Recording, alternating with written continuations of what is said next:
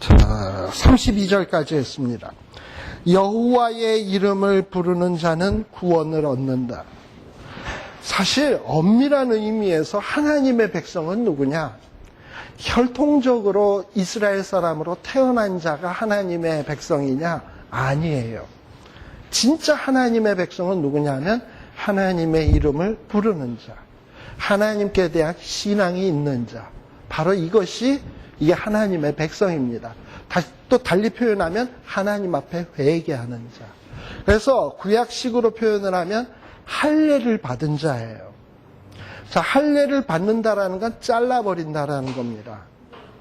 잘라버린다라는 거는 아마도 옛 생활을 잘라버린다라는 의미도 있어요. 죄와 이런 부정한 것, 더러운 것을 내 삶에서 이제 끊어버리겠다라는 의지의 표현이에요. 하나의 믿음의 결단이지. 결단의 표현이 있으면, 그래서 할례를 행하면 하나님의 백성 되는 거예요. 그러나 설사 이스라엘 백성이 되었다 하더라도, 이스라엘 백성으로 태어났다 하더라도 그런 할례를 행치 않으면 백성 중에서 끊쳐진다 했습니다. 그러나 이방인으로 태어났다 하더라도 하나님에 대한 신앙 고백이 있으면 말이죠, 하나님의 백성이 되곤 했어요. 예를 들면 구약 성경에 보면 룻기에 나오는 룻, 모압 여인이었습니다. 모압 사람은 어떻게 보면 이스라엘 백성에게 원수 같은 존재들이에요. 끊임없이 이스라엘 백성들을 괴롭히던 존재들입니다. 그럼에도 불구하고 모압 여인 룻이 나오미를 향해서 물론 한 얘기입니다만 그건 위대한 신앙 고백이에요. 어머니의 하나님이 나의 하나님, 어머니의 백성이 나의 백성 되겠다 라는 거는 일종의 신앙 고백이고 결단, 의지의 표현이거든요. 그래서 룻은 후일에 마태복음 1장에 보게 되면 거룩하신 예수님의 족보에 여자로 몇 안 되는 사람이 1장에 나오는데 그 중에 룻이 등장을 한다니까. 또 하나 유명한 여인이 이방 사람이 하나 있는데 여리고에 있었던 라합. 이 여인도 가나안 사람이에요. 그럼에도 불구하고 우리가 너의 하나님에 대한 소식을 우리가 이미 들었다. 그리고 뭔가 자기가 하나님을 섬길 것을 결단을 하고 그 표현으로 정탐꾼들을 도와주잖아요. 예. 그래가지고 이 라합이라고 하는 여인도 후일에 어디에 들어오느냐? 예수님의 족보 안에 들어와요. 예수님의 족보는 어떻게 시작됩니까? 마태복음 1장 1절. 아브라함과 다윗의 자손 예수 그리스도의 세계. 자, 그러니까 아브라함과 다윗의 자손 예수 그리스도의 세계는 어떤 세계냐면 혈통으로 되어진 사회가 아니야. 우리가 아브라함의 피가 흘러야 되는데 뭐 라합이나 룻이나 뭐 이런 사람이 무슨 아브라함의 피랑 상관이 있어요?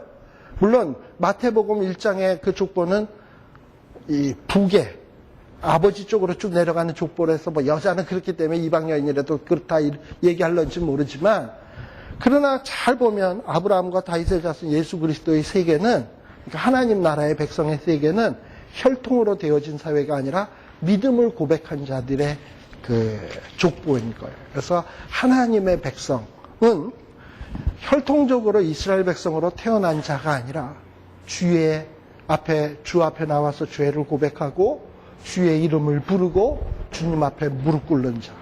이게 바로 하나님의 백성인 거예요. 그러다 보니까 그러면 구원은 유다 백성만 얻냐? 아니요. 선지자들은 벌써 그걸 내다보고 있어요. 그래서 아까 조금 전에도 누가 남은 자에 대해서 물어보더라고요. 여기 보면은 뭐라고 돼 있냐면은 누구든지 여호와의 이름을 부르는 자는 구원을 얻으리니 이는 나 여호와의 말대로 시온산과 예루살렘에서 피할 자가 있을 것이며. 자, 시온산과 예루살렘에서 피할 자는 어떻게 보면 혈통적인 이스라엘 사람들일지 몰라요. 1차적으로. 왜냐하면 1차적으로 말씀을 받은 자들이니까. 그런데 또 누가 있냐 하면은 남은 자가 있어. 남은 자 중에 나 여호와의 부름을 받을 자가 있을 것이니라 라고 했거든요. 근데 이 남은 자가 누군가 하는 것을 좀 보기 위해서 요엘 다음에 우리가 공부할 아모스가 있거든요. 아모스 9장 한번 봅시다.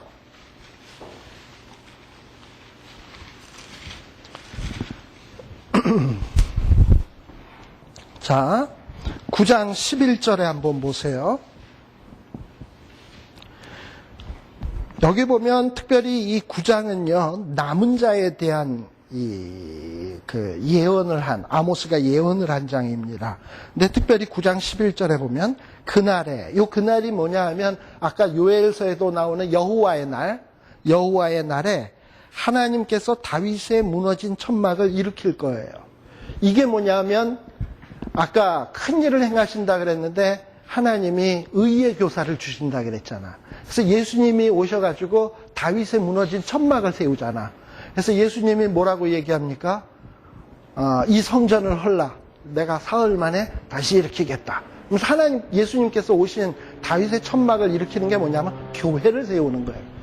무너진 교회를 일으키고 그 틈을 막으며 퇴락한 것을 일으켜서 옛적과 같이 세우고, 그리고 그 안에 이제 남은 자들이 돌아오게 되는데, 어떤 자냐?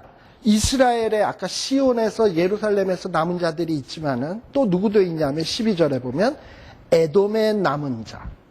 에돔도 아까 모압처럼 이스라엘 백성들에겐 원수 같은 존재이거든. 그러나 에돔 같은 나라 속에서도 주의 이름을 부르는 자가 생길 거예요. 그런 자는 비록 혈통적으로는 에돔 사람인지 모르지만 주의 이름을 부르면 하나님의 백성 되는 거예요. 마치 라합이 가나안 여인이지만 하나님의 백성 됐던 것처럼, 룻이 모압 여인이지만 하나님의 백성 됐던 것처럼. 그래서 에돔의 남은 자와 또 누구? 내 이름으로 일컫는 만국을, 다시 말하면 에돔만 해당되냐? 만국 안에도 또 주의 이름을 부르는 자들이 또 있어. 그게 누구야? 바로 저와 여러분이지 뭐. 우리는 어떻게 보면 에돔도 아니고 코리아잖아요. 근데 이 안에 만국 안에 다 들어가는 거거든. 주의 이름을 부르는 자는 어떻게 되느냐? 자, 만국을 기업으로 얻게 하리라. 자, 이는 그래서 바로 이렇게 남은 자는 어떤 혈통적 유대인만 아니라 주의 이름을 부르는 사람이다. 그래서 우리 뭐 가스펠송에도 이런 거 있잖아요. 주의 이름을 부르는 자는 구원을 얻으리로다. 뭐 이런 거 있잖아요. 저는 뭐 가스펠송도 쓴 클래식만 알아. 요즘 나오는 건 잘 모르겠어요. 자, 그래서 여기에 보면 이렇게 주의 이름을 부르는 자는 하나님의 부름을 입게 되는 거예요. 네. 자, 그리고 이렇게 해서 이제 하나님의 백성들이 형성이 됩니다. 자, 3장은 드디어 이제 요엘서의 핵심인 하나님의 심판의 모습이 생생하게 전개되고 있습니다. 자, 3장의 1절에서도 어떻게 시작하냐 하면 그날, 바로 이 그날이 언제냐? 여호와의 날, 하나님의 심판의 날.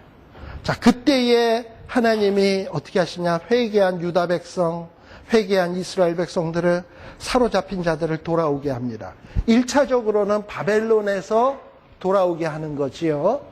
자, 그러나 멀리 내다본 여호와의 날은 어떤 날이냐?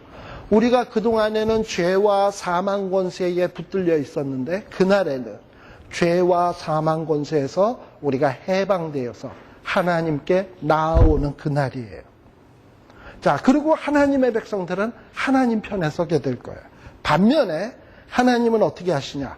만국을 모아, 이제 하나님의 백성을 제외한 나머지의 만국들을 모아가지고 어디로 데리고 가느냐? 여호사밧 골짜기. 자, 이 여호사밧 골짜기가 어딜까? 여호사밧 골짜기. 여호사밧은 낯익은 이름이죠? 왕 이름, 여호사밧. 여호사밧의 이름의 뜻은 뭐냐면 여호는 여호와의 약칭이야. 여호와. 사밧이라는 말은 히브리어로 심판하시다라는 말이에요.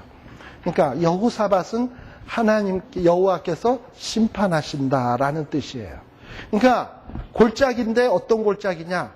여호와께서 심판하시는 골짜기가 여호사밧 골짜기야. 그래서 뭐 어떤 사람은 여호사밧 골짜기가 어떤 골짜기일까? 또 역사적으로 따져본 사람이 있어요.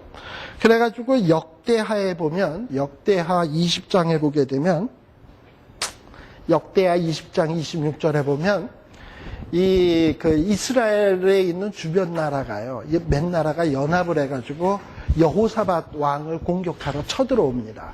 그러니까 여호사밧 왕이 큰일이 났거든. 그래가지고 막 금식을 하고 하나님 앞에 회개하고 기도했어요. 그랬더니 하나님이 응답을 주시기를 걱정 말고 나가서 싸워라. 해가지고 나가서 싸우는데 어떻게 나가서 싸우냐 하면 여호사밧 왕하고 여호사밧 왕이 뭐 무기 들고 창 들고 방패 들고 나가서 싸운 게 아니라 제사장들 앞세우고 예복을 입히고 찬양하면서 찬양하면서 나갔더니 하나님이 앞서가서 그쪽 군대들을 자중질환이 일어나가지고 피차막 이렇게 싸워가지고 다 멸절하게 만드셨어. 그래가지고 여호사밧은 손 안 대고 코 풀었다니까. 그래서 다 이겨버렸어요. 그래가지고 너무 신이 나가지고 여호사밧이 하나님 앞에 찬송을 했어요. 그리고서는 그 적들을 물리친 골짜기를 뭐라 그랬냐면 역대하 20장 26절입니다. 거기에 보면 뭐라고 이름을 붙였냐면 그 골짜기를 브라가의 골짜기다라고 붙였어요. 그러니까 그 골짜기의 이름을 여호사밧 골짜기라고 하지 아니하고 브라가의 골짜기라 그랬어요.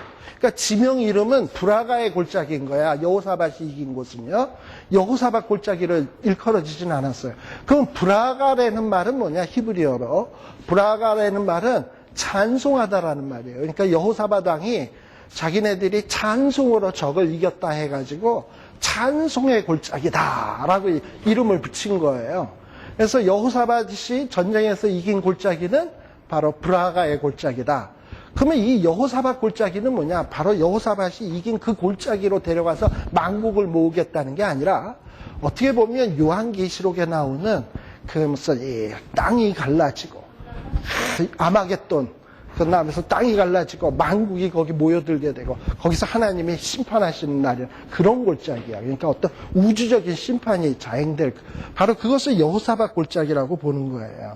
그래서 여호사밧 골짜기에서 하나님께서 이스라엘을 위해서 이스라엘을 괴롭힌 자들, 하나님의 백성들을 괴롭힌 자들을 심판하시겠대. 왜 심판하시냐? 아까 하나님은 어떤 하나님이라 그랬죠? 인애의 하나님이라는 거 기억나시죠? 하나님은 약속에 충성된 하나님이거든요. 근데 하나님은 일찍이 아브라함하고 약속을 맺은 게 하나 있어요. 내가 너를 축복하는 자에게는 축복하고 너를 저주하는 자에게는 내가 저주하겠다. 약속을 했거든. 그러니까 하나님은 그 약속을 반드시 지키셔야 돼. 그런데 이렇게 그 악한 것들은요. 하나님의 백성들을 자꾸 괴롭히고 저주하고 못 살게 하거든. 근데 하나님이 그냥 가만히 보고만 계시는 것 같지만 그렇지 않아요. 다 카운트하고 계시다가 그날에 딱 됐으면 너 일로 와봐. 너가 때린 게 몇 대인 줄 알아? 이러고서 해가지고 그거 다 카운트 해가지고 거기에서 완전히 그냥 심판하시겠다는 거예요. 그러니까 하나님은 반드시 하나님의 백성을 괴롭힌 자들을 심판하실 거예요. 그러면 하나님의 백성들을 이 사람을 가장 괴롭힌 원수가 누구냐? 사탄, 또 사망. 물론 불신자들, 이교도 이런 사람들이 괴롭힌 것도 우리가 있지만 그들도 심판하겠지만 우리 인류의 최고의 원수가 있다면 사탄과 사망이에요. 그러면 하나님은 그 사탄과 사망에 대해서 반드시 심판하실 거예요. 사실요. 우리 사도 바울이 이런 고백을 하고 있어요. 오호라 나는 곤고한 자로다. 내 안에 두 가지가 있는데 속에 두 가지가 있는데 하나는 하나님의 법을 섬기고 하나는 죄의 법을 섬기는도다. 그러면서 근데 이 죄의 법이라는 이놈이 자꾸 나를 죄 아래로 사로잡아 오는 것을 보는도다. 사도 바울이 그렇게 봤거든요. 그러니까 자기는 죄에 끌려가고 싶지 않은데 자꾸 끌려가는 거야. 그래가지고 자기를 죄 짓도록 만드는 거야. 하나님도 그걸 아세요. 그러니까 우리가 죄 짓는 거에 대해서 사실 우리는 우리 생각할 때는 이놈이 못나서 내가 죄 졌구나. 물론 그런 점도 없지 않아 있지만 하나님은 사실은 그게 아니야. 죄가 너를 잡아가는 거야. 죄가 너를 잡아가는. 하나님은 다 아세요. 그래서 나중에 죄라는 놈을 하나님이 심판하실 거예요. 그리고 내가 예수 믿는 이상에는 나를 죄로부터 해방시킬 거예요. 이게 은혜인 거예요. 그러니까 우리가 자꾸 어떤 오해를 하느냐 하면 예수 믿으면서 내가 의로워져야 되는데 절대로 그렇게 해서 의로워질 수가 없어요.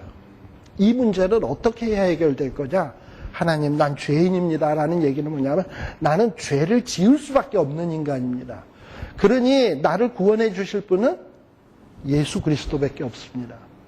예수 그리스도가 의의 이른 비와 늦은 비를 적절하게 내려주셔야 되고 성신을 내게 부어주셔야지만 나는 가능한 사람입니다 라고 나아오는 게 뭐냐면 그게 회개인 거예요. 그러면 하나님이 그리스도를 통해서 의롭게 해주시고 성령을 부어줘서 죄를 이길 힘을 주시고 그래도 죄는 끊임없이 우리가 죽을 때까지 자꾸 끌고 내려갈 거예요.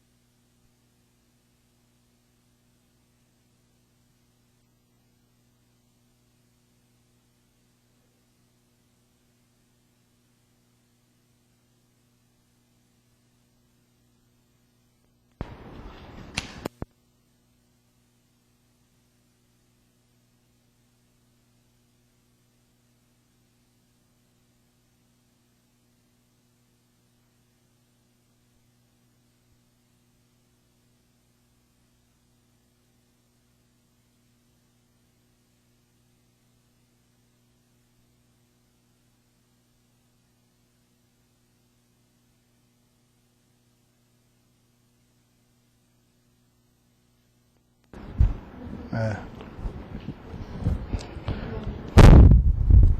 자, 계속하겠습니다. 그래서 세상에서 비록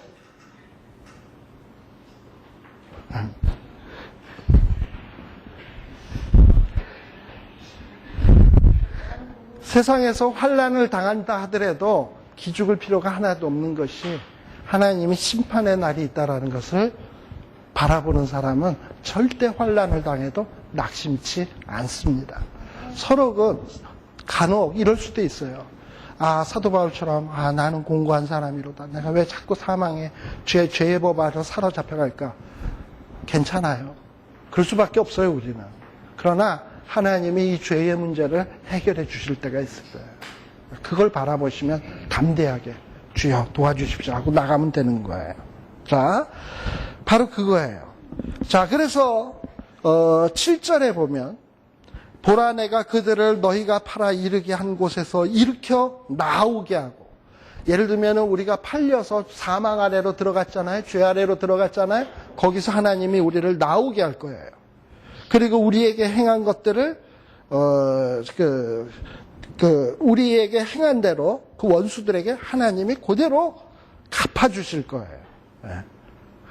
자, 그래서 우리는 나아가서 뭐라고 선포할 수 있냐 하면은, 너희는 열국에 이렇게 광포할지어다. 너희는 전쟁을 준비하고 용사를 격려하고 무사로 다 가까이 나와서 올라오게 할지어다. 이러고 얘기를 해요. 다시 말하면 우리는 승리할 것이다.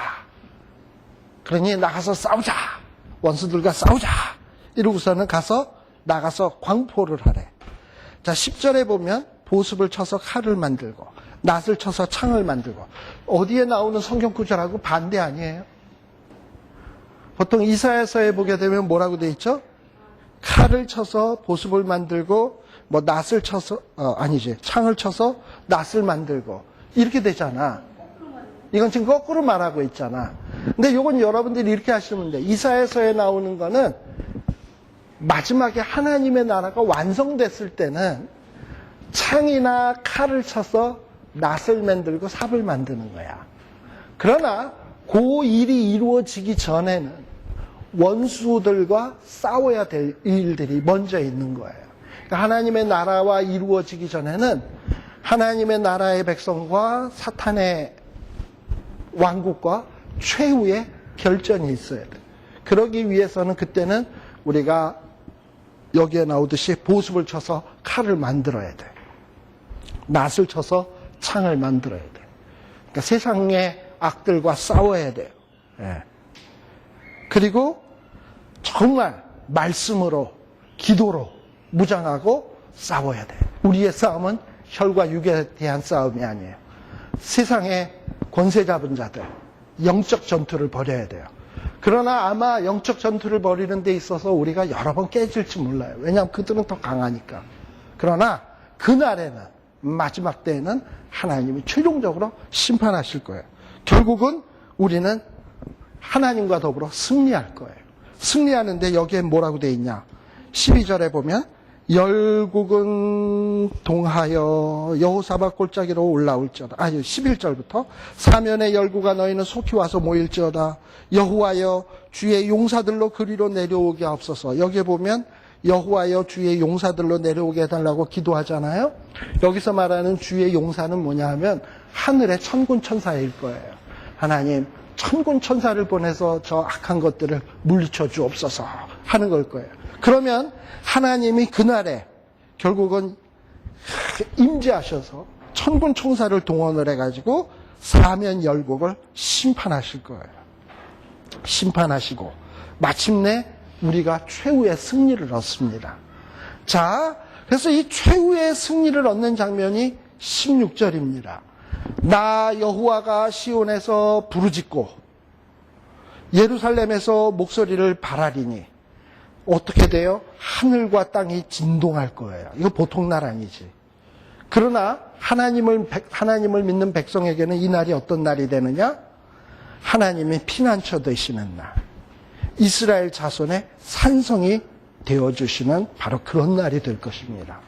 바로 이것을 마태복음, 신약성경 마태복음 13장에서도 보면은 이것을 예언하고 있는데 13장에 잠깐 한번 가봅시다. 마태복음 13장 41절.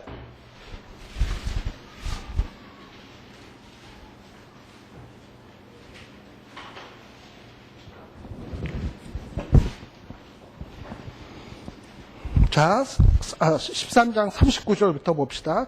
마지막에 있을 심판에 대해서 어떤 최후의 심판날에 대해서 우리 주님이 주신 말씀인데, 가라지를 심은 원수는 마귀요. 그러니까 마귀는 끊임없이 우리를 괴롭히기 위해서 가라지를 심어 심령 속에도 심고 교회 안에도 심고 사회 속에도 심고 그리고 우리를 괴롭히려고 해. 그런데 추수 때 바로 그날, 요엘서에 나오는 그날에는 세상의 끝인데 하나님이 주의 용사들을 보내주옵소서 그랬잖아요. 그 주의 용사가 누구냐?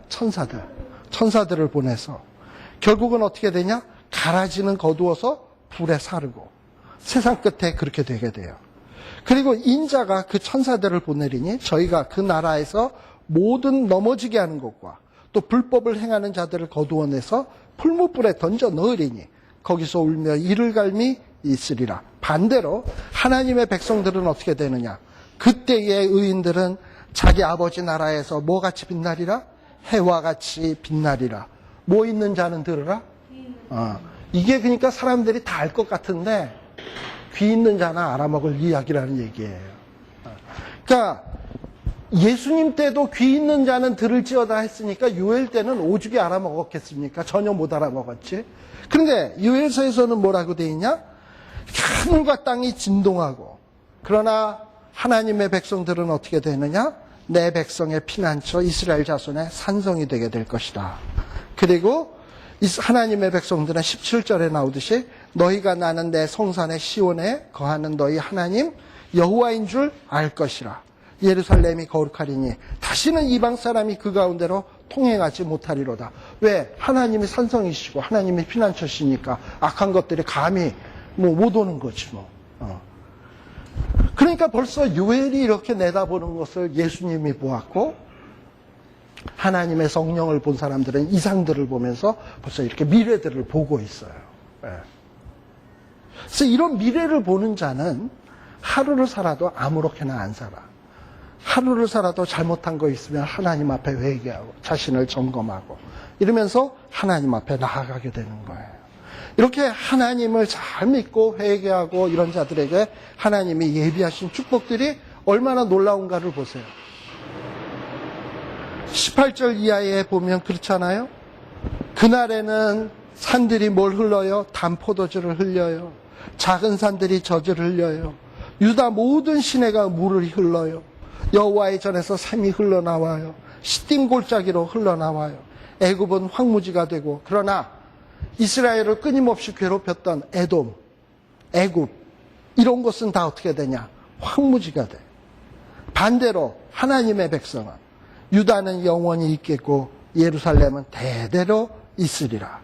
21절에 보면 내가 전에는 그들의 피 흘림 당한 것을 갚아주지 아니하였거니와. 하나님이 이 세상에 살 때 어떨 때는 침묵하고 계시는 것 같아. 내가 막 얻어 터지고 있는데도 가만히 있는 것 같아. 그러나 그때가 있어요. 그때에는 하나님이 반드시 갚아주실 거예요. 바로 믿음이란 뭐냐? 물론 예수님이 날 위해서 피 흘려 나의 죄의 문제를 해결해 줬다. 이것도 믿음이지만 또 하나 중요한 믿음은 주님의 심판이 있다. 그리고 그날에는 나의 원수들에게 하나님이 반드시 갚아줄 것이다. 그러니 내가 지금 세상에서 환난을 당한다 할지라도 낙심할 필요 없다. 그저 하나님 바라보며 꿋꿋하게 설사 피를 뚝뚝 흘린다 할지라도 하나님만 바라보며 나아가는 거예요.